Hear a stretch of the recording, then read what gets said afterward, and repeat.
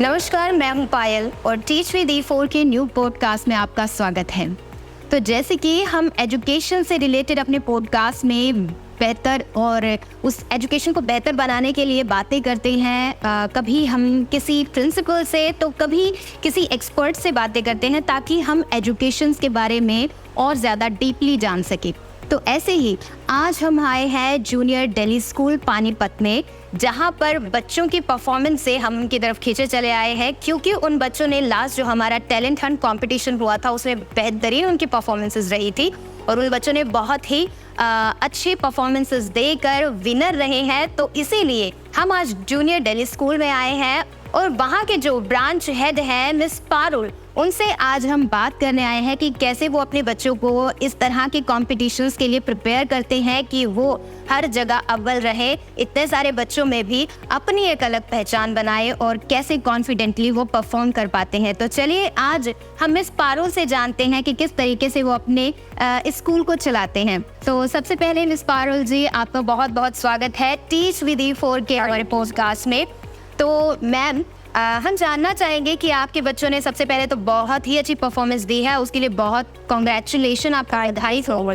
तो हम जानना चाहेंगे किस तरीके से या क्या स्ट्रेटेजी आप रखते हैं अपने बच्चों को, इस तरीके से आप ट्रेंड करते हैं कि किसी भी कंपटीशन में जाए तो सबसे आगे आपने रहना है। हम लोगों के यहाँ पर क्या रहता है मैम, जो हम लोग बच्चों को लर्निंग देते हैं वो सारी एक्टिविटी बेस्ड लर्निंग देते हैं। अगर उन्होंने आज कोई अल्फाबेट भी, कुछ न्यूमेरिक नंबर्स कुछ भी लर्न करना है, वो सब हम उनको प्रैक्टिकली फन लर्निंग में उनको लर्न कराते हैं। तो वो एक्टिविटी बेस्ड लर्निंग रहती है आपकी। तो जो प्राइमरी स्कूल होते हैं या फिर आप कहें जो प्री प्राइमरी या प्ले वे स्कूल के बच्चे होते हैं, आई थिंक उन्हें थोड़ा हैंडल करना मुश्किल होता है, बिकॉज वो उनका कहें कि एक अटेंशन स्पैन भी बहुत कम होता है, बट उनको बांधे रखना, उनको वो सब चीज़ें सिखाना, वो भी इंटरेस्टिंग वे में उन चीज़ों को सिखाना, तो कैसे आप हैंडल करते हैं उन बच्चों को? हम लोगों के यहाँ पे क्या होता है, अगर एक क्लास है उसमें क्या रहेगा, हम लोग 15 स्ट्रेंथ से ज़्यादा नहीं रखते। उसमें 1 teacher plus 1 helping teacher plus 1 maid, हर बच्चे पे फोकस रहता है, उनको क्या खिलाना है, किस तरह से करना है, किस तरह से एक्टिविटी बेस्ड लर्निंग कराती है।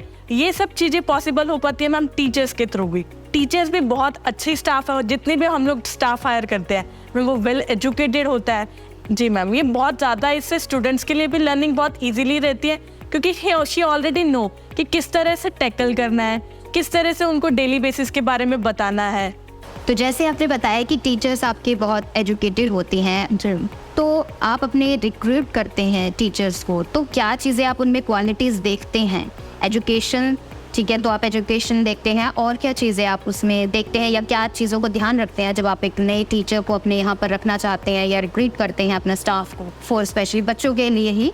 मैम, एक देखते हैं कि हम लोग बेसिकली प्रेफर करते हैं कि वो मैरिड टीचर्स हो और बीएड स्पेशली हो, कि जिसमें ऑलरेडी उनको लर्निंग वगैरह सब, टीचिंग का प्रोसेस सब उनको पता होना चाहिए। ओके, तो मैम जैसे कि एक बच्चों को, ठीक है, ये बच्चे हैं कि उनको कंपटीशन के लिए रेडी करना, उनको सिलेबस उनको कंप्लीट कराना, तो प्लेवे के लिए कैसे आप करते हैं मैनेज, कि उनको किस तरीके से आप सिखाते हैं, लाइक उन्हें कंपटीशन में, जैसे आपके तो यहाँ होते हैं, आप क्लास में करते हैं या किस लेवल पे, किस? मैम, हम लोगों के यहाँ पे क्या होता है कि क्लास में भी, यहाँ स्कूल्स में भी कंपटीशन किया जाता है। बेसिकली हमारा मैम क्या रहता है, हर वीक में भी कोई ना कोई, जैसे हर फ्राइडे को हम लोगों ने क्या किया हुआ है, शो एंड टेल में बच्चा माइक के आगे हर फ्राइडे के फ्राइडे, 1 वीक में हमारा इंग्लिश का रहता है, 2nd वीक में हमारा हिंदी का रहता है। हर वीक में शो एंड टेल के थ्रू बच्चा कुछ ना कुछ बोलेगा। जो सबसे ज़्यादा बच्चों को फेयर आता है वो होता है स्टेज फोबिया। वो बिल्कुल प्री नर्सरी से प्लेवे सबके लिए है। हर फ्राइडे को वो बच्चा शो एंड टेल में पार्टिसिपेट करता है, इवन अपना ऑब्जेक्ट भी दिखाएगा। तो नॉर्मली 2 लाइन्स बोलेगा, गलत बोलेगा, जैसे भी बोलेगा, एटलीस्ट वो अपना एक्सप्लेन करता है। एक मैम ये पूछना था कि जैसे कि जो बच्चों का बेस होता है वो सबसे मायने रखा जाता है, क्योंकि अगर बच्चे का बेस स्ट्रॉन्ग होगा तो लाइफ में बहुत सारी चीज़ें वो अचीव कर पाएगा। तो आप क्लास में ऐसी कौन सी स्पेशल एक्टिविटीज़ कराते हैं जो कि आपके दूसरे स्कूल से बेटर आपका स्कूल हो, उस दूसरे स्कूल से खुद को एक अलग पहचान दिलाने के लिए ऐसी कौन सी एक्टिविटीज़ या ऐसी कौन सी आप चीज़ें देते हैं अपने स्टूडेंट्स को? पे हम लोग के यहाँ क्या रहता है कि हर मंथ का एक थीम रहता है। हमारा इस मंथ का थीम है सीजन्स, तो हम सीजन्स के ऊपर बच्चों को सब तरह की सीजन्स बताएंगे। अब क्या करेंगे, हर मंथ में एक कंपटीशन रखेंगे। अब हमारा 30th को कंपटीशन है, उसमें क्या रहेगा, बच्चे मॉनसून कॉन्टेस्ट है, उसके अंदर ड्रेसअप फैंसी ड्रेस कॉन्टेस्ट है, उसमें बच्चे ड्रेसअप होके आएंगे।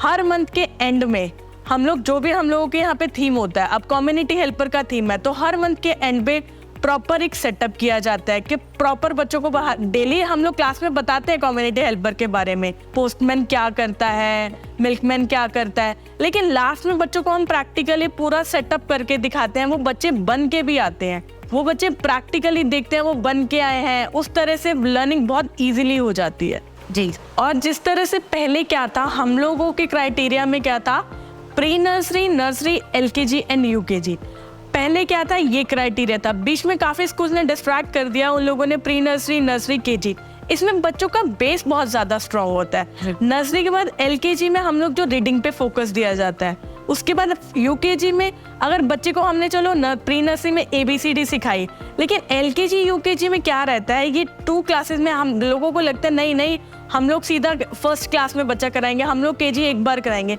लेकिन पेरेंट को ये नहीं पता कि LKG और UKG अलग अलग होने से बहुत से बेनिफिट है। इससे क्या रहता है, बच्चों का बेस बहुत ज़्यादा स्ट्रॉन्ग होता है, बहुत ज़्यादा, क्योंकि UKG में अगर हम डायरेक्ट बच्चे को फर्स्ट में डाल देते हैं, उस पर इतना ज़्यादा बर्डन आ जाता है, वो सेंटेंसेस कैसे रीड करेगा। लेकिन प्री स्कूल में हर चीज़ में बहुत ज़्यादा फोकस दिया जाता है जी।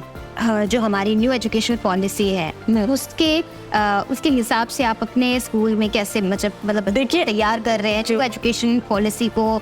According to new education policy 6 years का बच्चा है वो फर्स्ट में जाना चाहिए।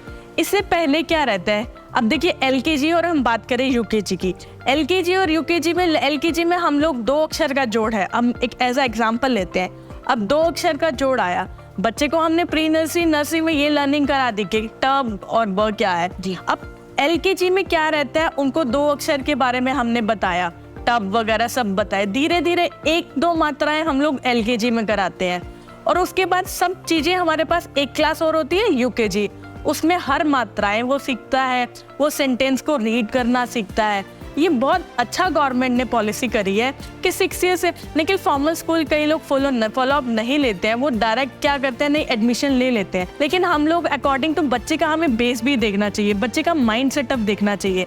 अगर हम इतना ज़्यादा उनको प्रेशर दे देंगे, फिर बच्चे आजकल के डिप्रेशन में चले जाते हैं, वो चीज़ें नहीं। आप फॉलो अप प्रॉपर लो, उनका 6 ईयर्स के अकॉर्डिंगली जो गवर्नमेंट ने बनाया, वो बहुत अच्छी पॉलिसी उन्होंने सेट करी है कि उसके बाद से बच्चों का थोड़ा सा रीडिंग प्रोसेस अच्छा हो जाता है, राइटिंग अच्छी हो जाती है, और प्री स्कूल में तो खासकर बहुत ज़्यादा इस पर फोकस दिया जाता है जी। तो आपने बताया कि आप एक्टिविटीज़ के थ्रू बच्चों को सोशली अवेयर रखने की कोशिश करते हैं, जो एक्टिविटीज़ कराते हैं, मिल्कमैन क्या करता है, पोस्टमैन क्या करता है, लेकिन जैसे कि आई थिंक कि जैसा आज का हम बात करें आज के माहौल की, ठीक है, जो विमेन सेफ्टी के बारे में है, उस पर अगर हम बात करें तो बच्चों को गर्ल्स को या बॉयज़ को, आप उन्हें इन चीज़ों के बारे में कैसे अवेयर करते हैं या क्या चीज़ें? बिल्कुल करते हैं, इस पे हम लोगों का फोकस रहता है। हम good touch bad touch activities कराते हैं, लेकिन हम लोगों का फोकस रहता है गुड टच और बैड टच दोनों के लिए हो।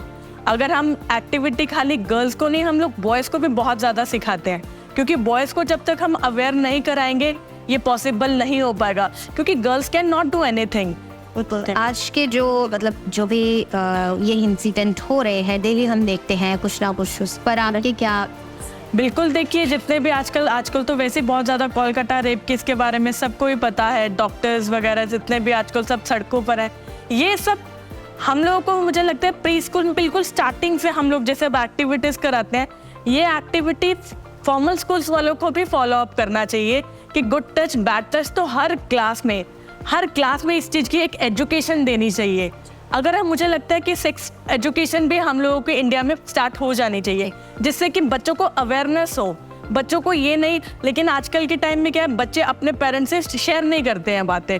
ये चीज़ें अगर हम लोग स्कूल में सिखाया जाए तो वो बच्चों के लिए बहुत ईजीली रहेगा कि लर्निंग करना, बच्चे शेयर करेंगे अपनी बातें अपने पेरेंट्स से। जी बिल्कुल मैम, आपने सही कहा है कि मतलब एक तो शेयर नहीं करते हैं, चीज़ें शेयर करना बहुत ज़रूरी है, तो एक माहौल होना उनके लिए ज़रूरी है। एक वहाँ पे बॉन्ड की बात आती है कि एक टीचर का और बच्चे का बॉन्ड बहुत ज़रूरी है, ठीक है। तो स्पेशली पेरेंट्स जो है बच्चों को प्ले वे में इसलिए भेजते हैं क्योंकि उन्हें लगता है कि अब जो टीचर है उनका ख्याल रखेंगे। देखिए टीचर की भी बहुत ज़्यादा रिस्पॉन्सिबिलिटी है, लेकिन एज अ पेरेंट्स भी क्या रहता है, पेरेंट्स की भी बहुत ज़्यादा रिस्पॉन्सिबिलिटी है। लेकिन पेरेंट्स आज के टाइम पे क्या है, वो अपनी जॉब्स और उसके लिए इतने ज़्यादा बिजी हैं। पर नहीं, बच्चों को अब एज अ हम लोग चाह रहे हैं कि हम एक ऐसी पॉलिसी बनाना चाहते हैं स्कूल में कि Saturday is a fun day. Fun day में हम बेसिकली क्या करना चाहते हैं, ये पॉलिसी हम लोग सिर्फ इसीलिए बनाना चाह रहे हैं कि उसमें पेरेंट ही अपने बच्चों को ड्रॉप करने आए, पेरेंट ही बच्चों को पिकअप करने आए। इससे क्या रहेगा कि बच्चों को भी लगेगा कि मम्मा पापा हम लोगों के ऊपर फोकस दे रहे हैं। हम लोग का क्राइटेरिया यही अब हम लोग स्टार्ट करने जा रहे हैं कि सैटरडे को हम लोग वर्किंग करना चाह रहे हैं, और इससे हम लोग पेरेंट्स को चाह रहे हैं कि वो पिक एंड ड्रॉप वो खुद करें। तो मतलब बच्चों का भी इन्वॉल्वमेंट हो और पेरेंट्स का भी इन्वॉल्वमेंट हो। क्योंकि मतलब कई बार आपको क्या ऐसा आपको लगता है कि क्यों पेरेंट्स का सपोर्ट नहीं होता है प्लेवे में नहीं, देखिए एज अ पेरेंट्स प्लेवे में फोकस होता है। देखिए बहुत से हम लोग एज अ टीचर हम लोग बहुत से लोगों से मिलते हैं, उसमें क्या रहता है, हम चाहते हैं कि पेरेंट इज 24/7 जो उनकी ड्यूटीज रहती है वो बिल्कुल अच्छे से फॉलो अप करते हैं। हर पेरेंट अपने बच्चों का बहुत ध्यान रखते हैं, लेकिन आज के टाइम में पेरेंट बहुत बिजी है अपने वर्क को लेकर, उनकी जॉब बहुत ज़्यादा है क्योंकि हैक्टिक हर चीज़ में बहुत ज़्यादा है। तो लेकिन हम बेसिकली यही चाहते हैं कि फन डे हो बच्चों के साथ, जिससे पेरेंट भी इन्वॉल्व हो और बच्चे भी इन्वॉल्व हो। सिर्फ इसीलिए हम लोग एक फोकस करना चाहते हैं। और हम लोग के यहाँ पे क्या फॉलो अप रहता है, टीचर और पेरेंट के साथ किस तरह से हम लोग टच में रहते हैं। हम लोग क्या करते हैं, हर फ्राइडे को टीचर का हम लोग के स्कूल से पेरेंट के पास कॉल रहती है, जिससे वो बॉन्डिंग उन लोगों की बनी रहती है कि उनको कुछ भी कहना है, कुछ भी डिस्कस करना है, तो एटलीस्ट उन लोगों की टीचर और पेरेंट की बॉन्डिंग भी बहुत ज़रूरी है। जी, तो टीचर्स और पेरेंट्स की बॉन्डिंग भी बहुत ज़रूरी है, क्योंकि अगर वो कुछ भी कहना चाहते हैं, अगर उनको बच्चों में कुछ भी कमी लग रही है, कुछ भी प्रॉब्लम आ रही है, तो एक केयर कॉल जाती है। आपको कुछ भी डिस्कस करना है अपने स्टूडेंट अपने चाइल्ड के रिलेटेड, तो आराम से वो अपना कर सकते हैं। क्योंकि पीटीएम के हम लोग वेट करते हैं, पीटीएम देखो मंथ में 2 मंथ के बाद आया, वो नहीं रहता हम लोग के। हम लोग हर फ्राइडे को केयर कॉल करते हैं। तो आप वीकली जो भी आपको लग जाए है कि कोई प्रॉब्लम है या कुछ भी डिस्कस करना है, वो हम लोग के यहाँ से कॉल जाता है। ठीक है, तो एक बच्चों की ग्रोथ के लिए टीचर और पेरेंट्स दोनों का ही इक्वली सपोर्ट और इक्वली ही उनका देखिए हम लोगों के पास बच्चा सिर्फ 3 आवर्स के लिए आता है, उसमें हम लोग जितना बेस्ट कर सकते हैं वो करते हैं।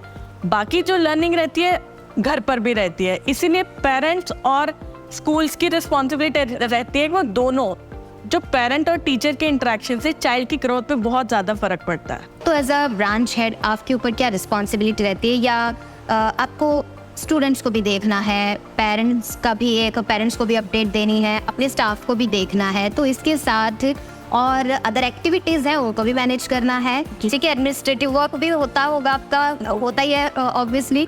तो इन सब के बीच बहुत सारी ऐसी और प्रॉब्लम्स भी है इनके अलावा। तो ऐसी कौन सी प्रॉब्लम है जिन्हें आप सोचते हैं इम्प्लीमेंट करना चाहते हैं, बट कहीं ना कहीं कुछ प्रॉब्लम आती हैं, ऐसी कोई प्रॉब्लम जो कुछ सॉल्यूशन आपको नहीं मिल पा रहा है, बट आप सोचते हो कि अपनी तरफ से मुझे इनिशिएट करना चाहिए या मैं उनका सॉल्यूशन ढूंढ पा रही हूँ, ये मैं एज अ प्रोग्राम हेड अभी अकेले से या खुद से मैं अभी वो चीज़ों पर ध्यान नहीं दे पा रही हूँ? नहीं मैम, ऐसा कुछ नहीं है।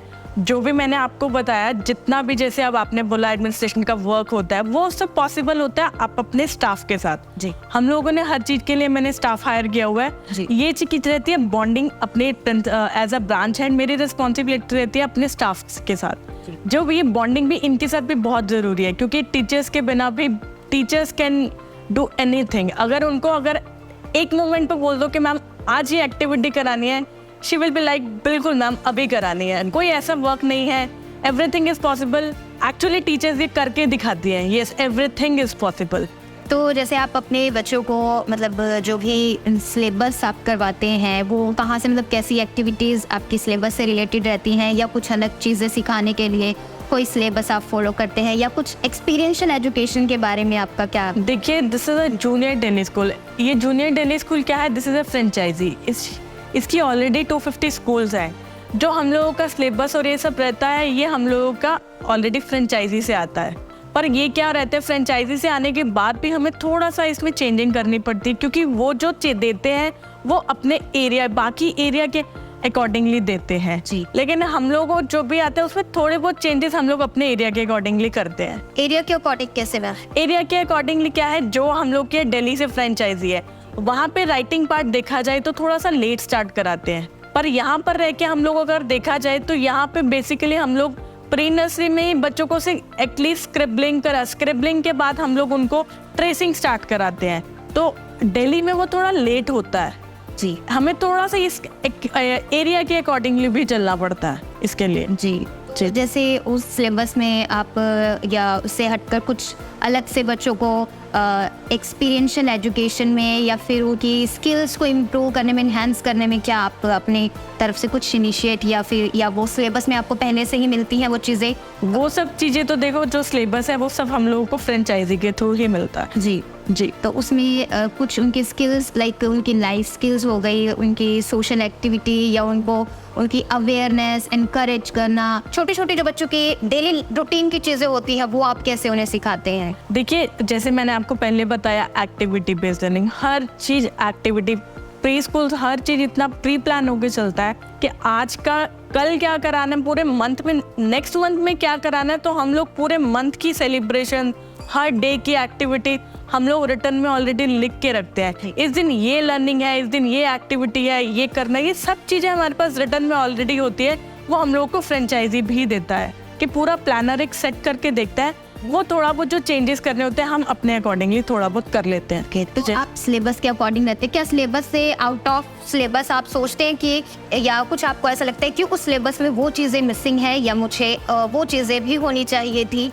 देखिए जो चीज़ हम लोग आपको बताया, जो चीज़ रहता है कुछ हम लोगों को इस तरह से लगता है, वो हमने अपने स्कूल में मंथ के अकॉर्डिंगली चलते हैं। वो मंथ में क्या क्या कवर अप करा सकते हैं वो एक्टिविटी के थ्रू हम सब कवर अप करा देते हैं। एक मैम आपने बताया कि जैसे कि शेयरिंग का भी आपने एक बताया था कि शेयरिंग नहीं करते बच्चे ज़्यादातर, है ना?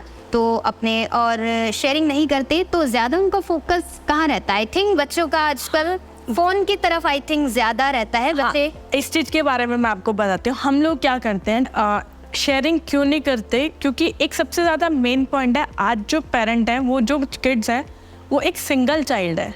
अगर हम ध्यान दें तो एक सिंगल चाइल्ड है, उनको घर पे शेयरिंग के लिए कोई नहीं है। पर जब वो स्कूल में आते हैं वो हम लोग क्या करते हैं, मेन हम लोगों का फोकस क्या रहता है, हम लोग फ्रूट्स जो बच्चों का होता है जो वो उनको शेयरिंग करना सिखाते हैं कि वो अपना जितना भी फ्रूट्स रहता है वो हर बच्चे के साथ शेयरिंग करे। वो नट्स लेकर आते हैं तो वो अपना टिफ़िन जो शेयरिंग करते हैं ना, वो उससे शेयरिंग लर्न करते हैं। क्योंकि घर पे तो शेयरिंग के लिए आज एज देखो पेरेंट्स अगर हम लोग देखें तो हर किसी के पास ऐसा सिंगल चाइल्ड है, सिबलिंग्स किसी के भी नहीं है आज के टाइम पे। अगर हम बात करें टेक्नोलॉजी की, फ़ोन की, तो मैम हम ये नहीं कह सकते कि बच्चों को फ़ोन नहीं दो, ये पॉसिबल ही नहीं है। बच्चे बहुत ज़्यादा लर्न भी उससे करते हैं, लेकिन उनका एक टाइम पीरियड होना चाहिए, एक क्राइटेरिया हम लोगों को पेरेंट को सेट करना पड़ेगा। आपको इतने टाइम पीरियड के लिए हम लोग फ़ोन देंगे, ये क्राइटेरिया सेट करना बहुत ज़रूरी है। This is a time of technology, उसके बिना हम लोग नहीं रह सकते, क्योंकि हम लोगों के हाथ में भी आता है ये गैजेट, इलेक्ट्रॉनिक्स हम लोगों के हाथ में भी है। बच्चा हम लोगों से देखता है वही आगे फॉलो अप करता है, इसीलिए एक टाइम पीरियड हम लोगों का होना चाहिए। लेकिन ऐसा भी हो सकता है कि क्या हम उसे किसी और चीज़ में चेंज करें, लाइक फ़ोन की जगह और कुछ उसका ध्यान लगाएं कहीं और? बिल्कुल आउटडोर एक्टिविटीज़ में लगाइए, जिससे वो बच्चा फिजिकली फिट भी रहे।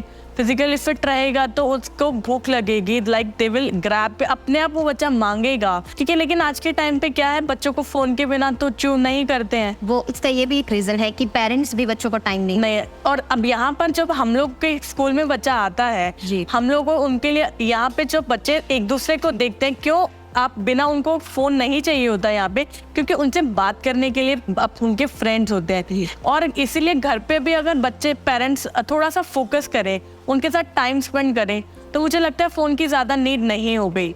तो आप क्या इनिशिएट या आप क्या मतलब ऐसा एक्टिविटी या कुछ क्या हेल्प करते हैं बच्चों को या पेरेंट्स को इस बारे में अवेयर करने के लिए? बिल्कुल, हम लोगों ने स्कूल में भी एक एक्टिविटी कराई थी फ़ोन से रिलेटेड। हम लोग की 4-5 टीचर्स हम लोग जैसे खड़े हुए थे, एक ने एक फ़ोन प्रॉपर गले मतलब एक हैंग किया था, प्रॉपर हमने चार्ट पे बनाया था।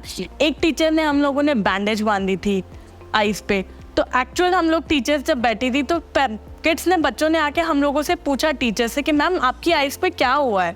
तो टीचर ने बोला कि मैं ना बहुत ज़्यादा फ़ोन देखती थी, तो मुझे ना आइज़ में बहुत ज़्यादा पेन, और डॉक्टर ने कहा कि आप नहीं देख पाओगे, इसलिए आप फ़ोन नहीं देखोगे। तो बच्चों को बहुत ज़्यादा एक जब प्रैक्टिकली देखा ना कि नहीं, अगर हम ज़्यादा फ़ोन देखेंगे तो हम लोगों की आइज़ पे भी बहुत ज़्यादा इफेक्ट पड़ेगा।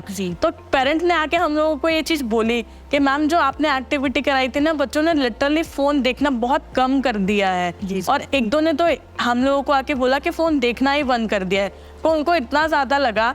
ये सब रहता है मैम एक्टिविटी बेस्ड लर्निंग पे, जितना भी हम लोग फोकस देते हैं वो एक्टिविटी जो भी हम लोग कराते हैं बच्चे उससे बहुत ज़्यादा लर्न करके जाते हैं। वही हमने चीज़ प्रैक्टिकली करके दिखाई आइज़ की, जैसे हम लोगों ने, मैंने आपको बताया, तो बहुत अच्छे से बच्चों को इस पर इम्पैक्ट पड़ा था। बच्चों ने फ़ोन देखना, स्क्रीन देखना बहुत कम कर दिया था। क्या कुछ आपको लगता है कि हमारे बच्चों की एजुकेशन में या कहीं पर ऐसी कोई कुछ कमी है कि जिसे हम दूसरे स्कूल्स को भी काम करना चाहिए, या एजुकेशन पॉलिसी में भी कुछ चेंज होना चाहिए? कुछ ऐसा आपको लगता है कि ये जो एजुकेशन पॉलिसी भी बनी है वैसे बहुत अच्छी है, बट एक होता है कि हम जब बच्चों को देखते हैं, क्योंकि हम डेली बच्चों को सिखा रहे हैं, तो एक टीचर के सामने ज़्यादा प्रॉब्लम्स आती है, वो कुछ उनके सामने ज़्यादा प्रॉब्लम वो देखते कि ये यहाँ पर ऐसे प्रॉब्लमेटिक चीज़ें हैं मेरे सामने, तो इनको कैसे कम कर सकती है, मुझे कुछ और या कुछ इसमें ऐसे चेंज होना चाहिए था। क्या आपको ऐसा कुछ लगता है कि कुछ कहीं पर एजुकेशन में या बच्चों के लिए कुछ नई चीज़ ऐसी आनी चाहिए, या कुछ इस तरीके से? देखिए, ऐसे पॉलिसी तो नहीं है, लेकिन हर स्कूल क्या रहता है, अपना क्राइटेरिया सेटअप कर लेता है। उनको जो भी कराना है वो अपने हर चीज़ एक एक्टिविटी के थ्रू बच्चों को लर्न करा देता है जी। उनको जिस तरह से भी कराना है, जैसे भी लर्निंग देनी है, पेरेंट्स के साथ एक कोऑर्डिनेशन बना के हर चीज़ में करके वो एक क्राइटेरिया सेट, अपने स्कूल्स, हर स्कूल अपना अपना क्राइटेरिया अपने अकॉर्डिंगली करा लेता है। अगर हम बात करें एजुकेशन पॉलिसी की, नहीं, उसमें कुछ ऐसे चेंजेस नहीं आने चाहिए। हाँ, हम लोग चाहते हैं कि सेक्स एजुकेशन भी ज़रूर थोड़े से बड़े बच्चों के लिए अब स्टार्टिंग कर देनी चाहिए, कि स्टार्टिंग से बच्चों को ये जो इतने रेप केसेस होते हैं, अगर हम उनको ऑलरेडी स्कूल्स में एजुकेशन स्टार्ट कर देंगे तो शायद ये इतनी जो रेप केसेस वगैरह ये सब नहीं बढ़ेंगे। एक एजुकेशन इस चीज़ में थोड़ा सा अमेंडमेंट थोड़ा सा करना चाहिए गवर्नमेंट को, कि ये यहाँ पे इंडिया में भी स्टार्ट कर देनी चाहिए। जैसे फॉरेन के स्कूल में तो ये सब बहुत नॉर्मली बच्चों को ऑलरेडी सब कुछ बता दिया जाता है, तो यहाँ पर भी ये थोड़ा सा चेंजेस करने चाहिए। तो आप अपने बच्चों को एजुकेशन देते हैं, पढ़ाते हैं, तो वो कैसे, मतलब आप प्लानिंग करते हैं या करिकुलम है जो आपका, उसमें एक्टिविटीज़ या फिर आपके जो टीचर्स हैं लेसन प्लान, तो किस तरीके से आप प्रिपेयर करते हैं नेक्स्ट लेसन की, या कुछ किस तरीके से आपकी क्या स्ट्रेटेजी रहती है? जैसे मैंने आपको बताया, हमारा हर मंथ का रहता है, हर मंथ का एक सीज़न, मतलब हर मंथ का एक थीम रहता है। हर मंथ में हम लोग बच्चों को क्या कराना है, ये हमारा फ्रेंचाइजी से भी आता है, पर हम लोग वही जो फ्रेंचाइजी से थोड़े बहुत अमेंडमेंट हम लोगों ने थोड़े बहुत चेंजेस करने होते हैं, वो हम लोग अपने अकॉर्डिंगली कर लेते हैं। बाकी हर मंथ का हम लोग पहले प्री प्लानिंग करके चलते हैं। ओके, एक मैम, बच्चों को हम देखते हैं कि ज़्यादातर हमने देखा है कि बच्चों के पेरेंट्स जो होते हैं वो ज़्यादा मार्क्स की तरफ, ग्रेड की तरफ ज़्यादा उनका फोकस रहता है, तो आपका उसमें क्या कहना है कि बच्चे का एक टैलेंट पे भी वर्क करना चाहिए, या उसकी इनर जो क्वालिटी है, या सभी को एक ग्रेड के उसमें, मार्क्स के उसमें? नहीं, हम लोगों को कभी मार्क्स पे ध्यान नहीं देना चाहिए, क्योंकि मार्क्स तो देखो बच्चे हैं कि शायद वो थोड़ा बहुत गलती कर देंगे, तो नहीं, हमें बच्चे के टैलेंट के बारे में बच्चा देखना चाहिए कि किस तरह से क्या परफॉर्म कर रहा है, उनकी एक्टिविटीज़ पे देखो। Marks is just a number, हम लोगों को मुझे लगता है marks is just a number, वो एक नंबर ही बताते हैं क्या है, पर बच्चे की जो परफॉर्मेंस है, बच्चे की जो एक्चुअल टैलेंट है, वो बच्चे को देख के हम लोगों को जज करना चाहिए, ना कि वो मार्क्स को देखकर। तो मैं ये जानना चाहूँगी कि टीच विद D4 से आप जुड़े हुए हैं, उनके कंपटीशन में आप पार्टिसिपेट करते हैं, तो आपको कैसा उनका एक्सपीरियंस रहा पार्टिसिपेशन उनका? आपको जैसे उनका जो कंपटीशन है, कैसा आपको एक्सपीरियंस उनका रहा है?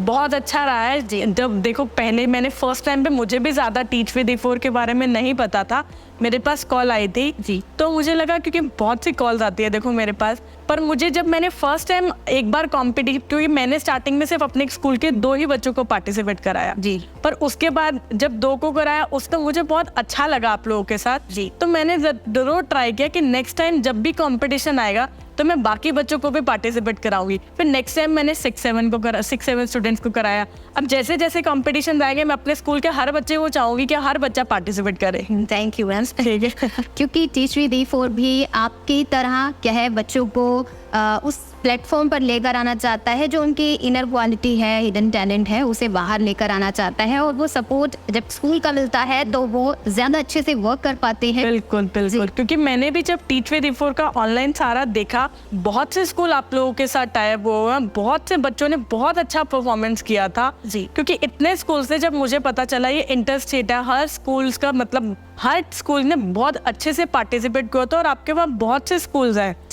जी तो वो टीचर्स स्कूल्स का ही सपोर्ट है जिस वजह से हम ये इवेंट करा पाते हैं। तो दोस्तों, आज हम मिले पारुल मैम से, जो है जूनियर दिल्ली स्कूल को हैंडल कर रहे हैं, और किस तरह से वो एजुकेशन दे रहे हैं बच्चों को, किस तरह से बच्चों को एक प्राइमरी तक के बच्चों को, प्लेवे स्कूल के बच्चों को किस तरीके से वो हर चीज़ देने की अपनी तरफ से पूरी कोशिश कर रहे हैं। चाहे उनका फियर, स्टेज फियर है, उसे इन्हेंस करने की कोशिश कर रहे हैं, उसे दूर करने की कोशिश कर रहे हैं, उनके कम्युनिकेशन स्किल्स को इन्हेंस करने की कोशिश कर रहे हैं, और उनके एक्टिविटी बेस्ड जो वो एजुकेशन दे रहे हैं। तो उनके लिए बहुत बहुत धन्यवाद, मैं उनका धन्यवाद करना चाहूँगी पारुल मैम का। और आप सबको भी आज जो भी उन्होंने हमें गाइडेंस दी है, जो भी उन्होंने अपने थॉट्स हमारे साथ शेयर किए हैं कि किस तरीके से आप एजुकेशन अपने बच्चों को दे, जो कि एक्टिविटी बेस्ड वो अपने प्ले स्कूल में एक्टिविटी बेस्ड एजुकेशन दे रहे हैं। और हमारे इवेंट में भी उनके स्टूडेंट्स में जो उनकी परफॉर्मेंस, उनके एफर्ट्स उनके बच्चों के परफॉर्मेंस में झलकते हैं, क्योंकि उन्होंने हमारे दोनों कंपटीशन में बहुत ही अच्छी परफॉर्मेंस उनकी रही है, विनर्स रहे हैं। तो पारुल मैम का बहुत बहुत शुक्रिया, जो आपने हमें इतना कीमती टाइम दिया है, इतना कीमती वक्त दिया है। तो हम चाहेंगे कि आप आगे भी हमारे साथ यूं ही जुड़े रहे और टीच विद E4 को यूं ही सपोर्ट करते रहे, ताकि हम आप सबके साथ मिलकर एक एजुकेशन की नई दुनिया, एक एजुकेशन के जो नई चीज़ें हैं, नई अप्रोच है, एक्सपीरियंशियल अप्रोच को हर बच्चे तक, हर स्कूल तक पहुंचा सके और एक बेहतर भविष्य अपने बच्चों का और अपने स्कूल का बना सके। तो टीच विद E4 की इस पॉडकास्ट में आज इतना ही। फिर मिलेंगे नए पॉडकास्ट में नई कहानी के साथ, नए मेहमान के साथ। तब तक के लिए बाय बाय, टेक केयर, अपना ख्याल रखिए।